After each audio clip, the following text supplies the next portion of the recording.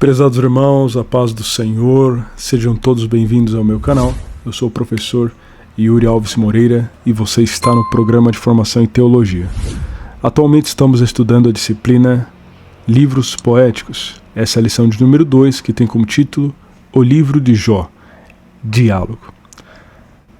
29 capítulos de debates apaixonados entre Jó e seus amigos formam o coração poético do livro, uma obra clássica incomparável sobre o sofrimento humano e a fé inabalável.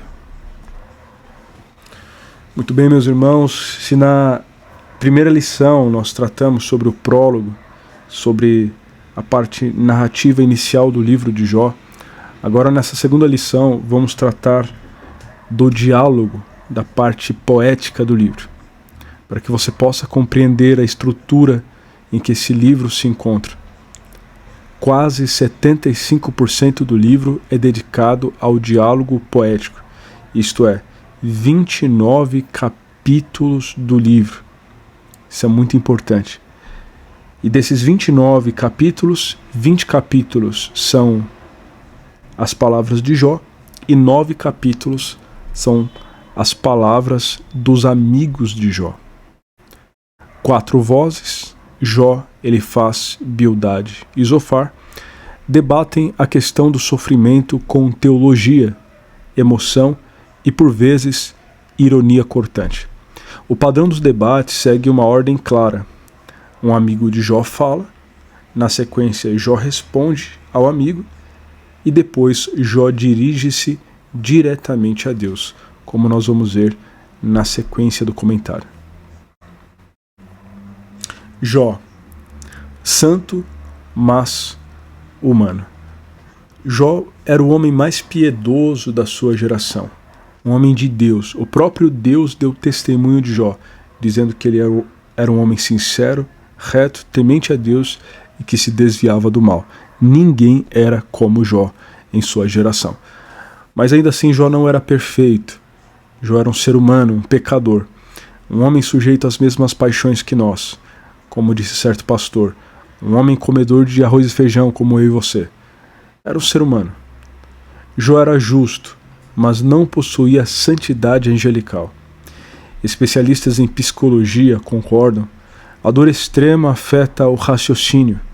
Suas palavras precipitadas não eram blasfêmia calculada, era o grito de uma alma esmagada pela aflição. Vejam vocês. Nós dissemos na aula anterior que durante o período da sua provação, Jó fez 3 coisas, principalmente no contexto do diálogo com seus amigos. Ele se queixa, ele pergunta e Jó se defende. Julgar os outros é fácil. Enquanto temos tempo, façamos a autocrítica. Como agiríamos no lugar de Jó? O que eu e você faríamos se estivéssemos no lugar de Jó? Essa é uma grande pergunta. Capítulo de número 3 mostra o lamento de Jó por sua miséria. O capítulo abre afirmando que Jó amaldiçoou o seu dia.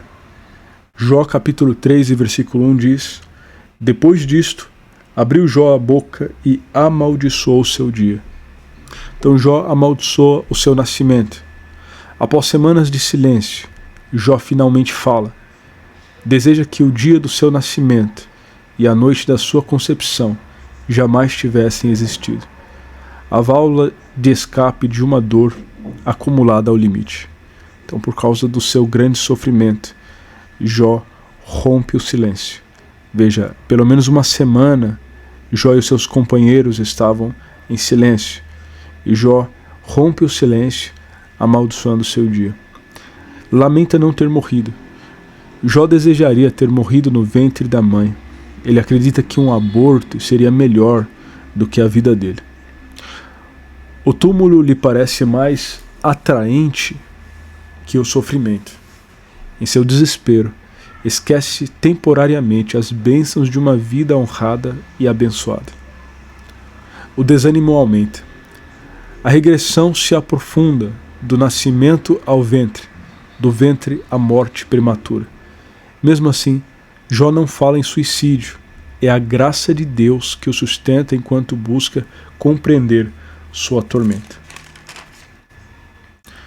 Após Jó romper o silêncio, nós temos o primeiro amigo de Jó, que é o Elifaz, que passa a dar a sua resposta a Jó sobre o motivo do seu sofrimento. Elifaz, o temanita, abre com repreensão velada. Em vez de consolo, oferece condenação. Jó capítulo 4 e versículo 7 diz: Lembra-te agora qual é o inocente que jamais pereceu, e onde foram os sinceros destruídos. Então ele faz essa pergunta, já evidenciando a sua posição de que Jó não era inocente, porque se ele fosse inocente, se ele fosse de fato sincero, ele não estaria sofrendo. Então essa é a tese dos amigos de Jó. Se há sofrimento, é porque há pecado. E se Jó é o homem que mais sofre, quer dizer que Jó é o pior dos pecadores. Da onde ele se baseia a autoridade para essa fala? Sua autoridade teológica repousa em uma visão noturna. Então percebam, versículos 12 a seguir, ele relata essa experiência que ele teve. Uma palavra se me disse em segredo, e os meus ouvidos perceberam o sussurro dela. Entre pensamentos e visões da noite, quando cai sobre os homens o sono profundo, sobreveio-me o espanto e o tremor, e todos os meus ossos estremeceram. Então um espírito passou por diante de mim, fez-me arrepiar os cabelos da minha carne. Parou ele, mas não conhecia sua feição. Um vulto estava diante dos meus olhos, e calando-me, ouvi uma voz que dizia: Seria porventura o homem mais justo do que Deus? Seria porventura o varão mais puro do que o seu Criador? Eis que nos seus servos não confia, e nos seus anjos encontra loucura. Quanto mais naqueles que habitam em casas de lodo, cujo fundamento está no pó, e são machucados como a traça. Vejam vocês aqui que esse espírito que apresentou-se a Elifaz, ele foi o responsável por colocar esses pensamentos na mente de Elifaz. E é notável que parece que esse espírito tinha um ressentimento de Deus, pelo fato de, até nos anjos, ele encontrar loucura. Bom, o fato é que essa revelação, ela exige cautela, pois nem toda visão provém de Deus. Nós sabemos, irmãos, que há três fontes possíveis de uma manifestação espiritual. A primeira é Deus, a segunda é o próprio homem e a terceira é o diabo. Então nós temos que ter cuidado, porque nem tudo vem de Deus. E é muito provável que essa visão de Elifaz não tenha vindo da parte de Deus, mas sim do inimigo. Outro sim, nós não devemos usar as nossas experiências para formular doutrina, para reger a nossa vida. O que deve formular doutrina, o que é autoridade para nós, é a Bíblia, é a palavra de Deus. Veja o que Elifaz chega a dizer: se eu fosse você, entregaria a minha causa a Deus, sem reclamar. Capítulo 5, versículo 8 de Jó. Mas quanto a mim, eu buscaria a Deus, e a ele dirigiria a minha fala. Então perceba, ele demonstra aqui uma suposta piedade. Se eu fosse você, Jó, eu ia buscar a Deus, eu ia orar de madrugada, eu ia confiar nele sem me queixar. Mas essas palavras são fáceis para quem não experimenta a dor de Jó. Jó responde: seus amigos são como ribeiros sazonais, torrentes no inverno, secos quando mais precisamos deles. Ensinai-me, clama, e eu me calarei. Depois de Jó responder, Jó se dirige a Deus, né? Veja que primeiramente Jó fala a Elifaze: ao que está aflito, devia o amigo mostrar compaixão, ainda ao que deixasse o temor do Todo-Poderoso. Jó capítulo 6 e versículo 14. E quando Jó dirige-se a Deus, ele eleva sua voz a Deus, no capítulo 7, versículo 20 e 21, ele diz: se pequei, que te farei, ó guarda dos homens? E por que não perdoas a minha transgressão e não tiras a minha iniquidade? Jó dirige sua amargura diretamente a Deus. Sua pergunta não é blasfêmia, é o clamor honesto de quem busca entender. Ele afirma inocência, mas está disposto a reconhecer qualquer pecado oculto que não houvesse percebido. O C do versículo 20 revela a integridade do coração de Jó. Bildade e Jó, acusações mais duras.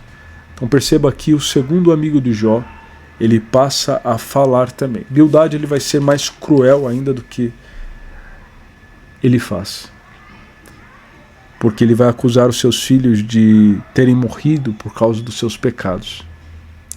Mais audacioso que ele faz, Bildade acusa até os filhos de Jó de terem morrido por causa de seus pecados.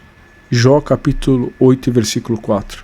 Se teus filhos pecaram contra ele, também ele os lançou na mão da sua transgressão. Então perceba, Bildade acusa que abertamente seus filhos, os filhos de Jó, de haverem pecado, e por isso eles morreram. E a gente que conhece a história, a gente que tem a revelação de Deus, do diálogo que houve no céu, sabe que não foi nada disso. Essa foi uma acusação falsa, infundada, da parte do amigo de Jó. Nega que Deus puna o homem íntegro, sugerindo assim que Jó jamais foi íntegro de verdade. Então, se Jó estava sendo punido, vejam vocês, é porque de fato Jó havia pecado contra Deus. Então Jó responde. Jó concorda em parte.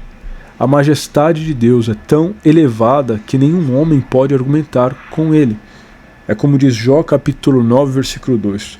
Como se justificaria o homem para com Deus? Deseja um árbitro entre ambos, mas reconhece que isso é impossível. Ainda assim, mantém sua afirmação de integridade. Irmãos, isso aqui é extraordinário. Jó, ele deseja um árbitro, alguém que pudesse estar entre ele e Deus. Então percebam vocês, esse desejo de Jó foi concretizado na pessoa preciosa do Senhor Jesus Cristo, o nosso único e perfeito mediador, porque ele se pôs entre nós e o nosso Deus, como aquele que proporcionou a reconciliação com o nosso maravilhoso Criador. Jó fala com Deus, capítulo 10. O sofrimento emocional domina a mente de Jó. Ele repete o desejo de nunca ter nascido. A semelhança de Jó, nós vemos Jeremias. Jeremias, no seu livro, também amaldiçoou o dia do seu nascimento. Tanto era o sofrimento do profeta, que ele chega à beira do desespero. A semelhança dele também vemos Jó, que por causa do sofrimento ele se esquece de toda a prosperidade, de todo o bem, de todas as bênçãos que ele recebeu, e deseja nunca ter nascido. A terra das trevas que menciona é o Sheol, hebraico, o lugar dos mortos, no inferno eterno. Era o mundo dos mortos, palavra que corresponde à palavra grega Hades, como nós vemos no texto do Novo Testamento. Zofar e Jó, ironia e fé renovada. Então o terceiro amigo de Jó era o Zofar. Ele também vai falar a respeito de Jó. Zofar chama Jó de tagarela e sugere que Deus é até tolerante demais, que Jó mereceria punição ainda maior. Vejam vocês, Jó capítulo 11, versículo 6. E te fizesse saber os segredos da sabedoria, que é multíplice em eficácia, pelo que sabe que Deus exige de ti menos do que merece a tua iniquidade. Veja que absurdo, né? Segundo Zofar, por causa dos pecados de Jó, Jó merecia sofrer mais do que estava sofrendo. Ele aplica verdades corretas sobre a sabedoria insondável de Deus a uma suposta iniquidade de Jó. Jó responde com ironia: na verdade, vós sois o povo, e convosco morrerá a sabedoria. Jó compara os amigos a médicos incompetentes e exige silêncio. Jó capítulo 13, versículo 4. Vós, porém, sois inventores de mentiras, e vós todos médicos que não valem nada. Então eles estavam mentindo a respeito de Jó, inventando coisas, tentando explicar o que eles não entendiam. E Jó diz: vocês são médicos que não valem nada. O silêncio muitas vezes é expressão de verdadeira sabedoria. Quando nós não soubermos o que dizer, irmãos, é melhor ficarmos calados. A Bíblia diz que até o tolo, quando se cala, será reputado por sábio, e que na multidão de palavras não falta transgressão. Aquele que fala muito acaba cometendo pecados, porque fala coisas que não devia. Esse é um risco que todos nós temos, né? Quantas vezes alguém precipitadamente acaba julgando o estado de outro irmão de forma errada, dizendo à pessoa: confesse o seu pecado. Se você está sofrendo é porque você fez algo de errado. E existem lugares, até ditos evangélicos, que pensam que o crente não pode sofrer, que o crente tem que andar de vitória em vitória, que tem que ter o carro do ano, uma casa própria, que o crente ele tem que ter o melhor dessa terra, que o crente tem que ser cabeça e não cauda, que o crente não pode ficar doente, nem mesmo resfriado, porque senão ele está em pecado. Veja que isso é um absurdo. Deus pode prosperar o crente? Claro, e muitas vezes ele faz isso. Principalmente quando nós trabalhamos, estudamos, quando nós se esforçamos, nós conseguimos prosperar. Mas o fato de sermos crentes não nos isenta das provações e tribulações dessa vida. Essa é uma verdade bastante expressa nas Escrituras. E muitas vezes é através do sofrimento que Deus nos ensina, que Deus nos molda, que Deus nos aperfeiçoa. O grande reformador Martinho Lutero dizia que há 3 coisas que Deus usa para nos ensinar: a oração, a palavra de Deus e o sofrimento. O ponto mais crítico: a esperança de Jó enfraquece, mas não se apaga. Em Jó capítulo 14, versículos 13 ao 17, mesmo com a chama quase extinta, ele confia na salvação do seu Criador. Se eu morrer, hei de ressuscitar, e os meus pecados não serão levados em conta. Jó afirma a ressurreição e declara Deus como sua equidade. No meio da tribulação, mais uma vitória sobre o inimigo. A segunda série de debates. Então vejam vocês, são 3 ciclos de debates, onde Jó abre rompendo o silêncio. Depois nós temos os seus amigos Elifaz, Bildade e Zofar falando. Jó responde a eles e se dirige a Deus. Temos uma segunda série de debates em que os seus 3 amigos falam novamente e Jó responde. E num terceiro ciclo de debate, somente Elifaz e Bildade irão responder a Jó. E Jó ele conclui respondendo os seus amigos. Então, basicamente, essa é a estrutura dos debates entre Jó e os seus amigos. Elifaz acusa. Elifaz afirma ser porta-voz de Deus e acusa Jó de impiedade. Jó replica com lucidez: todos vós sois consoladores molestos. Jó capítulo 16, versículo 2. Tenho ouvido muitas coisas como estas, todos vós sois consoladores molestos. Mesmo assim, confia, Deus é o meu advogado. Bildade acirra. As acusações se tornam diretas. Diante do abandono humano total, Jó pronuncia o grito de vitória mais memorável do livro, porque eu sei que o meu Redentor vive. Zofar insiste. Zofar descreve o destino calamitoso do perverso, insinuando que esse será o fim de Jó. O patriarca contra-ataca. Os amigos... O patriarca contra-ataca. Os ímpios, em muitos casos, prosperam. A vida não é tão simples quanto a teologia dos amigos. O clímax. O meu Redentor vive.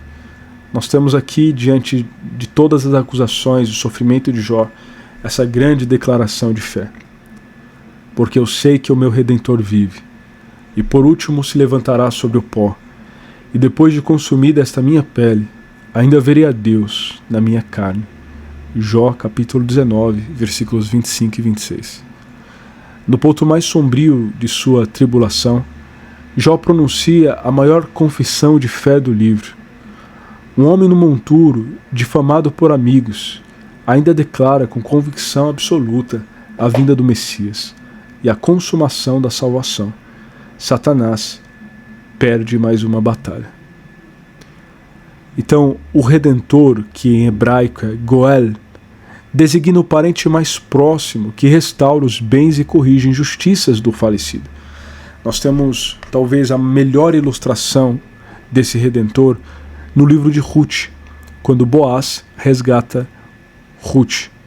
3 características, pelo menos, tinha que ter esse Redentor. Se não vejamos. Primeiro, a primeira característica tinha que ser um parente próximo. Jesus, por isso, nós vemos uma aplicação em Cristo, ele tornou-se o nosso parente próximo quando ele se fez homem, e o Verbo se fez carne e habitou entre nós. E vimos a sua glória como a glória do unigênito do Pai, cheio de graça e de verdade. O Goel, o Redentor, ele tinha que ter posses. E Jesus, ele tinha condições, ele demonstrou as suas riquezas, a sua santidade, a sua justiça, ao vir a esse mundo. Terceiro, o Redentor teria que voluntariamente resgatar, ele teria que desejar resgatar. E também quando nós olhamos para Jesus, vemos que ele quis fazer isso. Ele disse, eu sou o bom pastor dá vida pelas suas ovelhas. Eu dou a minha vida e tenho poder para tornar a tomá-la. Então em Cristo nós temos esse perfeito Goel, esse perfeito Redentor. Jó aplica o termo a um Redentor espiritual, aquele que no devido tempo o justificará perante Deus e os homens. Tão preciosa era esta promessa que Jó desejava vê-la gravada em granito, com pena de ferro e chumbo. A conclusão do diálogo. Então nós temos aqui os últimos debates. Ele recorre a 12 verbos de confissão e salvação, exigindo rendição de Jó. Bildade lança seu último dardo. E Zofar, desta vez, permanece calado. Então percebam vocês que os amigos de Jó, tanto ele faz como Bildade e Zofar, eles insistem que Jó é um homem ímpio, um homem mau, um homem pecador, perverso, um hipócrita. E por isso ele estava sofrendo, e que ele deveria se arrepender e confessar os seus pecados. Em contrapartida, Jó se defende. Jó chega a dizer, prove-me o Senhor em balanças fiéis, e sairei como ouro. Jó, então, em todo momento ele está se defendendo. E por fim nós temos um monólogo final, onde somente Jó fala. Jó defende sua integridade, descreve o fim dos corruptos e declara que a verdadeira sabedoria provém do temor do Senhor. Seus últimos discursos revelam uma falha. Ele olha para o passado glorioso e se orgulha das conquistas pessoais. O uso frequente de eu, me, mim, nos capítulos 29 e 31, revelam isto. Então vejam vocês, irmãos, no capítulo 27, Jó sustenta sua integridade e sinceridade. No capítulo 28, Jó fala a respeito da sabedoria como um dom de Deus. No capítulo 29, Jó lamenta, lembrando-se do seu primeiro estado. No capítulo 30, Jó descreve o estado miserável em que caiu. E no capítulo 31, nós vemos Jó declarando a sua integridade nos seus deveres. Então, de fato, Jó ele vai se queixar, perguntar e também se defender nesse livro. Algumas lições desse diálogo. Compaixão antes de condenação. Os amigos de Jó falavam verdades corretas, mas no momento e na forma erradas. Quando alguém sofre, o silêncio compassivo vale mais do que a teologia bem argumentada. Segundo, fé que resiste à tempestade. Mesmo com a esperança quase apagada, Jó não blasfemou. Sua fé estremeceu, mas não se quebrou. Prova de que a graça de Deus sustenta até nos momentos mais extremos. E terceiro, o sofrimento revela o ouro. Provando-me ele, sairei como o ouro. A provação de Jó não era punição, era purificação. Deus sabia o que havia dentro daquele servo, e o processo revelaria isso ao mundo. Por fim, irmãos, para nós concluirmos, antes de julgar Jó por suas palavras precipitadas, coloquemo-nos em seu lugar. Sua história nos convida à autocrítica honesta e à misericórdia com os que sofrem.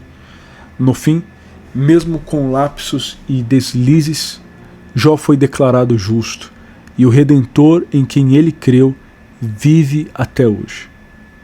Como você se comportaria se estivesse no monturo de Jó? A resposta honesta a essa pergunta é o começo da sabedoria. Amém, meus irmãos? Vamos ficar aqui. Encerramos agora essa aula.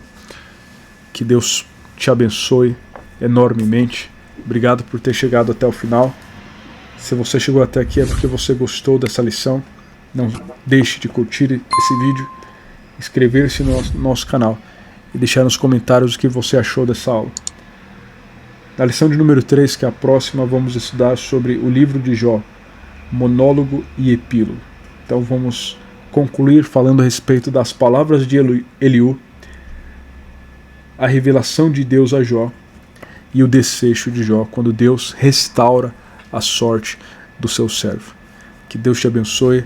Até a próxima lição, se Deus permitir.